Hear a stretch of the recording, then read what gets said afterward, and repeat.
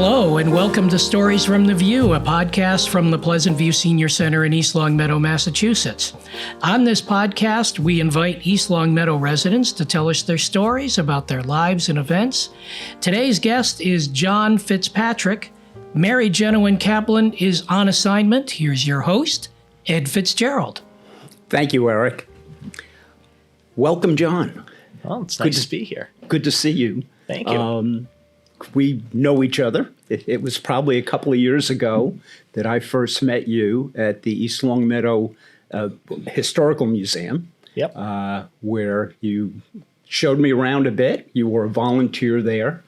And I'd like to talk more about that later. But first, how long have you lived in East Longmeadow? Well, I've been here my whole life. My parents moved to East Longmeadow. My father was the first one here in 1987.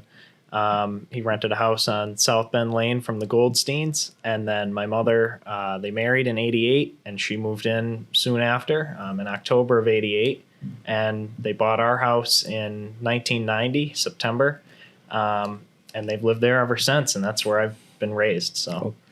And so how many years have you been here? I've been here, 17 years. 17 so years. It'll be 18 in August. So, and you've just had a major milestone in your life? That's correct. Graduation. Nice. Very good. And how did that go? Went very well. Yeah? Yep.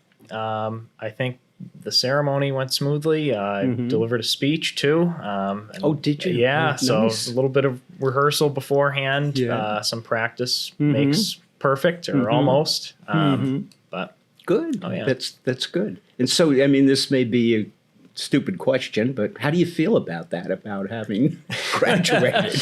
Feeling good? Or? I guess it's bittersweet because, you're leaving old friends and you're leaving a place you've called home for 4 years.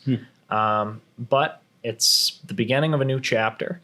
And now going off to college, it's going to be a whole new experience, whole new ball game, and I'll be focusing on what I want to study. Nice.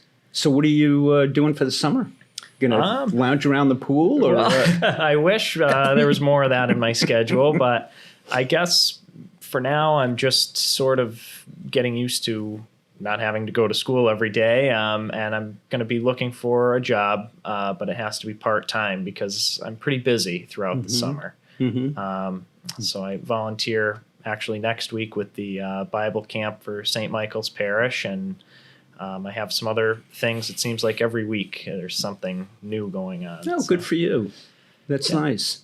Yeah. So you mentioned college. College, yep. Where will you be going? I'll be going to St. Anselm College in New Hampshire, St. A's. And they have an excellent politics program, so that's what I'll be studying there. And they have the New Hampshire primaries, so a lot of the town halls and the debates are up there at the school on campus. So I'll be able to help out with that as well. Okay, nice. How far is that? Well, we drove there Wednesday for orientation, so that took us about 2.5 or 3 hours on the back roads. Yeah. So nice. Yep. Nice. So, what growing up in East Longmeadow? I mean, is there anything? What do you think about growing up in East Longmeadow, or is there something in particular that stands out? I would say ever since I was young, going back to the museum, I would go to the historical museum all the time. I mean, it's 3 or 4 houses down from where I live.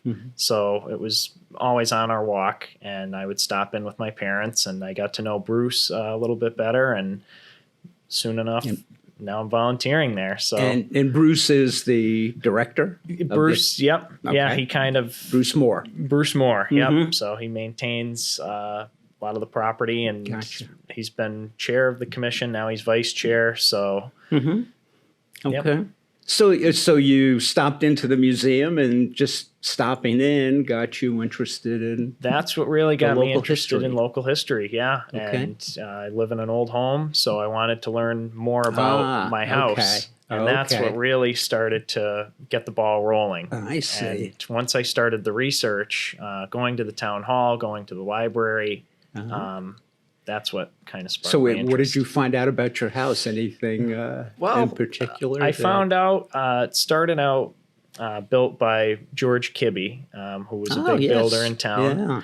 And he, I guess, lived there with his family. And he died in the house in 1894, the same year the town was founded. And then after that, it was his wife owned it, and it kind of passed through the family. So it ended up early 1900s becoming a pig farm. And so found that out. Yeah, there Big used to be farm a on barn. Maple Avenue. Yeah. So That's interesting.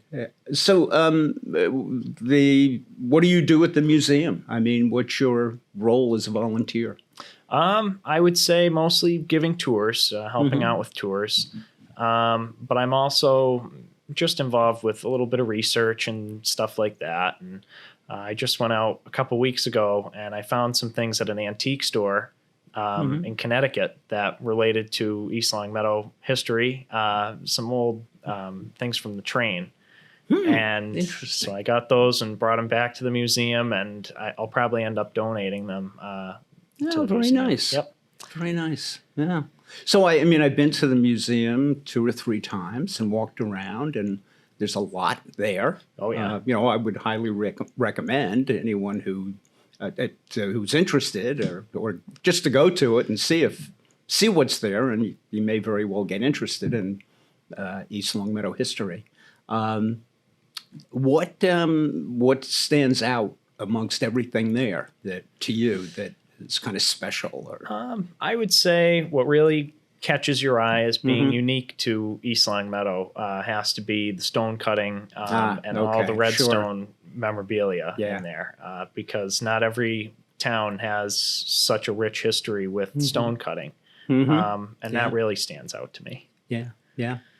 So the museum is open on the third Saturday? Third Saturday of each month. We do take, I believe, July and August off in the summer because it gets a little too hot in the museum. But otherwise, we're open the rest of the year.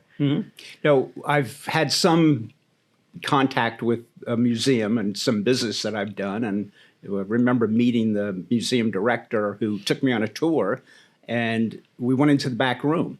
And there was more stuff in the back room than there was being displayed. I mean, is that the case there? I mean, do you have stuff in the attic, down in the basement? Well, we have, I guess, some stuff in like closets and whatnot that's sort of hidden away, and even I don't necessarily know what it is, what's up there. So that could be a project for another time, just to look around, see what we have. But most everything is out on display, and we're actually working on a new display in the shed. We have a shed in the back, and we're trying to sort of rearrange, clear some things out just to make room for maybe some new displays in there. Good. Yep. Good. Yeah. So, I mean, this isn't your first time at the senior center. You were here several months ago. Yeah. And what did you tell us about what you did here? I think actually it was about a year ago, almost Was a it year that? to the Really? date. Yeah. Oh, really? Okay. So yeah, when I was here, I gave a presentation on East Long Meadow history, and it's on LCAT. You can find it. I don't know. I mean, that was a long presentation, but I think it covers a lot. It covers almost everything. Yes, I was there, and I think I would advise anyone who's interested in learning more about East Long Meadow. I'm relatively new. I've only been here 4 years, so it was especially interesting to me.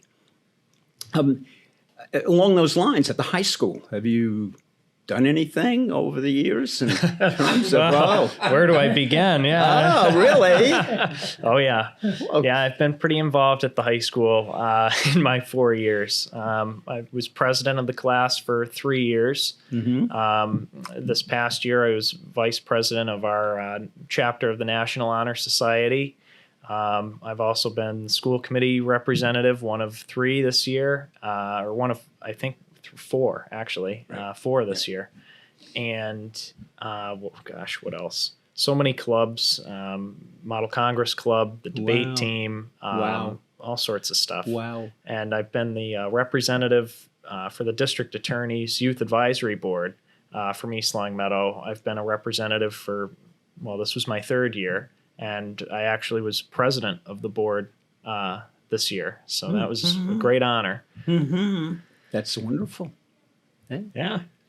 So do you have any hobbies? I mean, is there anything you do in your spare time? If there's any spare time? There's not a ton of spare time, but I would say big hobby is probably genealogy. I work on that makes sense. Yeah, my own family history and even family history of families in town. Okay. So, yep. So using Ancestry and going through. Yeah, I've used Ancestry a little bit, but now I'm more on FamilySearch.org. That's kind of my go-to place. Gotcha. Yep. Gotcha. Huh. Yeah. Yeah, it brings up another thought here. There's in the library, there's a room, there's a locked room that you need special permission to go into. What's that all about? Yeah, the local history room. You can call. I think Bruce Moore has his phone number up on the website, the town website, and you can call him anytime, and he'll schedule an appointment to go in. But we have all sorts of documentation, records, photos. We're trying our best to organize it all so it's easy to find. But it's from families from East Long Meadow. It's all sorts of stuff up there that would be really good for anyone researching either their family history or the history of their house in town. A lot of property information up there. So That's that sounds that does sound interesting. I know the property that I live on. I'd love to know, who was there before me and before them and before them, and just go all the way back. Yeah, we have maps back to. I'm thinking we have one from 1831, and we have even before that some connections with the Longmeadow Historical Society, and they would be able to sort of piece things together too. Interesting. So, is there anything about the history that stands out? Any event that you came across that is unique, different, something that? I guess that's a stumper, I would say, because there's always something. There's always something unique. East Long Meadow tends to have a lot of unique history. Well, you mentioned the quarries, and that's a significant part of that's how East Long Meadow pretty much got started, was the quarry business. Yeah. And East Long Meadow stone is used in different, various significant buildings around the world, around the U.S. I'm not sure beyond the U.S., but I'm thinking there's another question I wanted to ask about the items that you have there at the museum. Yep. You get them from people who donate, I guess. Yeah, right? people who live in town, people who even live out of town. We've had folks recently from out of state who have been shipping items into us that they've had in their basement, or somebody in their family had it, and they just said, you know what, we can't hang on to this anymore. Let's donate it to the East Long Meadow Historical Commission. And nice. So anybody that's listening to this, if they've got something in their if you attic, have something in your attic that's just hanging around and you'd like to donate it, we would be more than happy to have it and display it. That's great. That's great. So getting back to your education, going for political science, once you, where do you think that, or hope that takes you? What would you? I'm not exactly sure yet. I guess I went with political science sort of to play it safe, because I know I'll either end up in the field of politics or law. And with political science, you can really take that either way. Right. So I'll be in the pre-law program as well at St. A's. Okay. And with that, I can sort of decide how I want to attack my future, how I want to go after my goal. So it's still sort of undefined what the goal is. So I'll find that out as I go along. Sounds like a good approach. Yeah. Yeah. I like that. So let's see. What else can we talk about? There's a lot. Anything you can? What's that? There's a lot. What would you like?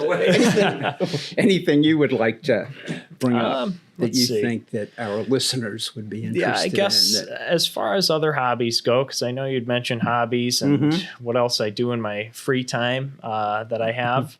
I do collect a lot of antiques. So in addition to, helping out at the museum and doing the family history, I go all over the place to estate sales and tag sales, antique stores, everywhere. And I collect all sorts of stuff. So I have my bedroom full, have the basement full, the attic full, much to my parents' dismay. I filled the whole house. That's good. On your architectural dig there in the back. That's Talk right. about that. Yeah. What? What's that? I started digging in my backyard for bottles about 2017, I would say, 2016. And at the time, I was probably, that would mean 11 or 12. And I found all sorts of stuff back there because it's an old house. And back in the day, they didn't have a big town dump. They didn't have trash collection. So you'd make your own sort of in the neighborhood. They'd pick a spot and dig a hole, and everyone would throw their trash in. And so I ended up just finding it behind my garage, and I started digging, and I found something like 300 intact bottles from around the turn of the century back there. Oh my gosh. Yeah. That was a pretty exciting find. So now where are those bottles now? Now they're sort of in my room. They're all around. Yeah. But Oh. So, I mean, you found the bottles. Are there bottles that you could identify what was in them? I mean, yeah. Are they branded? Did they have the name of? Oh, a lot of them are branded. Some of them even have a little bit of the paper label still on there, so you can just barely make out what it says. But What are some of the brands that you found? let's see. Some of the brands, I would say a popular one is Listerine.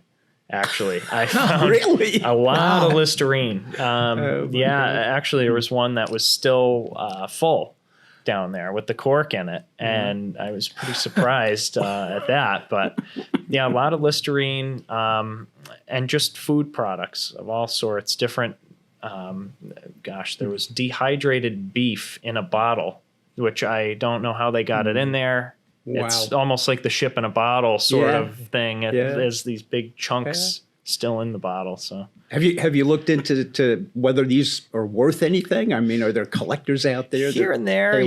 Go on eBay and see who's looking for dehydrated beef or would be interested in it. I mean, some of the other local bottles. There's the Springfield breweries, the Springfield Brewing Company. So a lot of like beer bottles and stuff down there, and those are attractive to some collectors because they like local brands and things that aren't necessarily national or even really regional. It's more just very local. And those tend to attract collectors. But otherwise, I would say some of the more common ones, like the Listerine, you find 20 of them down there, and those aren't as expensive. But I might go home and start digging. yeah, See what it's a I good find. hobby. It's fun. I mean, I must have gone down about 5 or 6 feet. And geez. but you only have to go Maybe I'll down get my grandson. like maybe about 3 or 4 feet to start finding stuff, and Right. then about a couple feet of just solid bottles and stuff down there. Gotcha. So Sounds good. yeah, it's addicting though. Once you start, it's I can imagine. hard to stop. I can imagine. Oh, yeah. Well, I found that with the ancestry, with going back and Yeah, researching. I've gone And you back keep a ways. going and going. Yeah. Yeah. Yeah. I ended up going down the wrong path once. It Oh. was like, I got so excited. Oh, my grandfather did. Oh, wow, this is something. And I shared it with the family. And then all of a sudden I looked more closely at the dates. And I says, wait a minute, that couldn't have been That's wrong guy. Yeah. wrong guy. Yeah. So Yeah, I've had a couple instances sort of like that, but most of the time I make sure to just double check. That's the key. that's good, That's the key. good advice. Yep. Good advice. Well, it's been nice talking. I appreciate you coming in and hearing your story. Maybe as I continue on my journey, I'll have to come back and have some more stories to share. But yeah, That would be wonderful. That would be great. Yeah. Eric? Yeah. it's been Well, a thank you pleasure. so much for being here today, John. We appreciate it. So that wraps up another episode of Stories from the View. If you'd like to be a guest, well, first of all, we'd like to thank John Fitzpatrick for being here. Stories from the View podcast is available on the LCAT 01028 channel on YouTube. If you have a story that you'd like to share on the program, contact Pleasant View Senior Center Director Aaron Kobler by stopping by the Pleasant View Senior Center or by calling Aaron at 413-525-5436, extension 401, or you can send her an email, aaron.kobler@eastlongmeadowma.gov. Thanks for listening, and we'll see you next time on Stories from the View.